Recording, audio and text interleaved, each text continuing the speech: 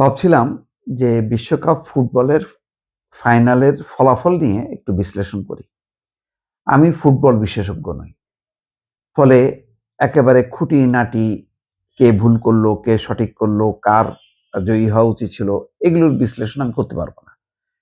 সামগ্রিকভাবে যেটা মনে হয়েছে সেটা নিশ্চয়ই সবাই একমত যে স্পেন ভালো খেলেই জিতছে।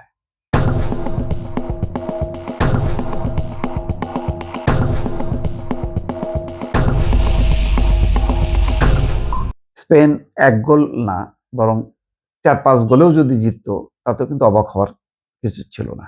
শুধুমাত্র আর্জেন্টিনা যেটা দেখলাম যে শেষে যখন নাকি একদম শেষ মুহূর্তে তারা খেলেছে এবং বাকি সময় তারা রক্ষণভাগেই খেলেছে।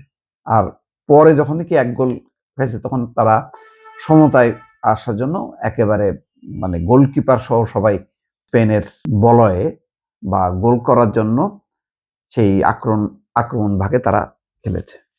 তো এখন ফলাফলটা কি? ফলাফলটা হলো এই যে বাংলাদেশের জন্য এক অর্থে ভালো হয়েছে। এটা আজকে বলছি এই কারণে যে গতকাল বা পরশু যদি বলতাম সাথে সাথেই অনেকেই রিঅ্যাক্ট করত। বাংলাদেশের যারা এবার ফুটবল দর্শকরা ২ ভাগে বিভক্ত। Brazil, Argentina. তো ব্রাজিল আগের থেকেই তো কুপোকাত। তো ব্রাজিলের সমর্থকরা তখন তারা তো আর আর্জেন্টিনাকে সমর্থন করতে পারে না। তারা চাচ্ছিল যে অন্য একটা দল জিতুক। তো সেই হিসেবে ব্রাজিলের সমর্থকরা স্পেনকে সাপোর্ট করেছে।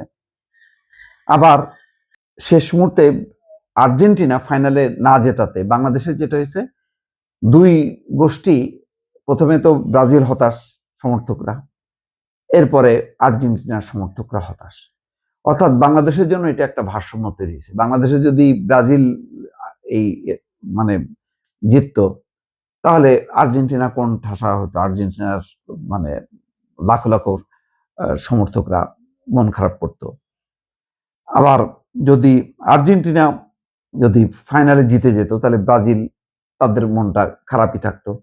তো সেই অর্থে বাংলাদেশে আর্জেন্টিনা এবং ব্রাজিল কেউ না জেতাতে একটা ভারসাম্য তৈরি হয়েছে।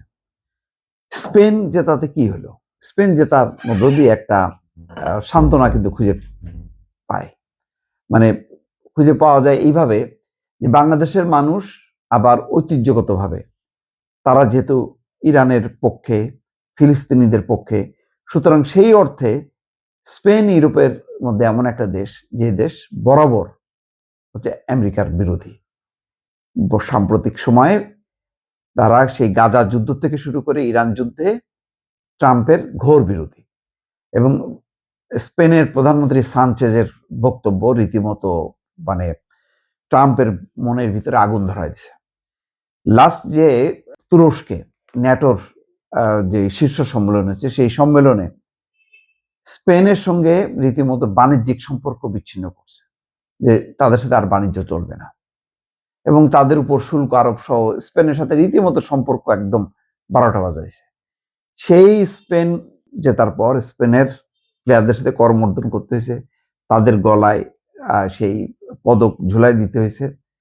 এইটা মানে একেবারে বলা যায় যে ট্রাম্পের গালে একটা রীতিমতো থাপ্পড় কষে দিছে স্পেন।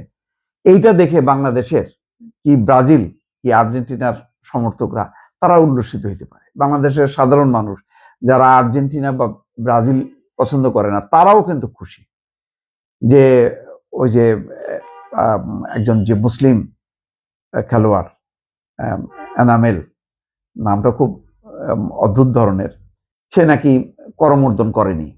তো সেগুলো আবার খুব ভালোভাবে দেখানো হচ্ছে। এগুলোর মধ্য দিয়ে যেটা হলো যে এক হলো যে স্পেনের সেই মুসলিম খেলোয়াড় তার ব্যাপারে একটা উজ্জীবনী শক্তি ফিরে পেল বাংলাদেশের মুসলমানরা। অন্যদিকে স্পেন যেহেতু ইরান যুদ্ধের বিপক্ষে, ইরানে যে ক্রমাগত হামলা করছে আমেরিকা, ইসরায়েল তার বিপক্ষে, গাজা যুদ্ধের বিপক্ষে, সুতরাং সেই অর্থে কিন্তু আবার স্পেনের একটা অবস্থা তৈরি হয়েছে। সেটা ব্রাজিলের সমর্থক হোক আর আর্জেন্টিনার সমর্থক হোক। আর্জেন্টিনার সমর্থকদের হয়তো কষ্ট যে তাদের প্রিয় দল জেতেনি, কিন্তু অন্তত এইটা চিন্তা করে তারা খুশি হইতে পারে যে অন্তত স্পেন জেতাতে মানে একটা সে যে ইসরায়েল এবং আমেরিকা বিরোধী সেই হিসাবে একটা সান্ত্বনা খুঁজে পাইতে পারে। তার মধ্যে আবার মুসলিম যে প্লেয়ার সে মাঠের মধ্যে নামাজ পড়ছে, সেটাও দেখে অনেকে পুলকিত হয়েছে।